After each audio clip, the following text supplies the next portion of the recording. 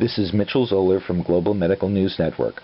I'm at the annual meeting of the American College of Rheumatology in Philadelphia and speaking with Dr. Laura Julian, a neuropsychologist from the University of California, San Francisco, who presented a report from the Lupus outcomes study that showed a high prevalence of depression in lupus patients and that the rate of new depression was especially high in patients with cardiovascular disease.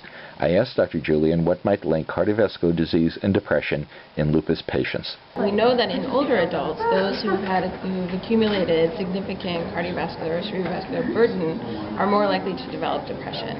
And this is called vascular depression, or the vascular depression hypothesis. And the idea is that there's some accumulation of vascular disease in specific white matter regions of the brain that might precipitate the development of depression.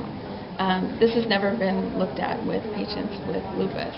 But certainly we have this population who's young and who's at very high risk for cardiovascular outcomes. So we think it's a reasonable working hypothesis.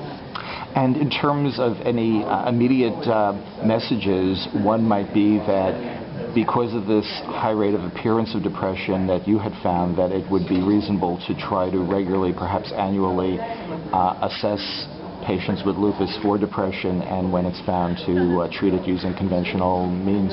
Yeah, I think that there are many tools out there that can be used to very quickly assess depression in the clinic setting. And I think it's reasonable to do, depending on how often you see patients or what other risk factors they might have, perhaps every few months or something like that. So I think there's tools out there that can be done relatively quickly. I think the benefit is that, if there is a relationship between some of these traditional cardiovascular disease and depression, both of these are potentially modifiable. There's good treatments out there for depression, so both behavioral and medical.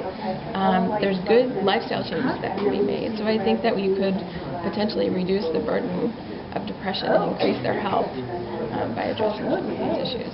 This is Mitchel Zoler from Global Medical News Network.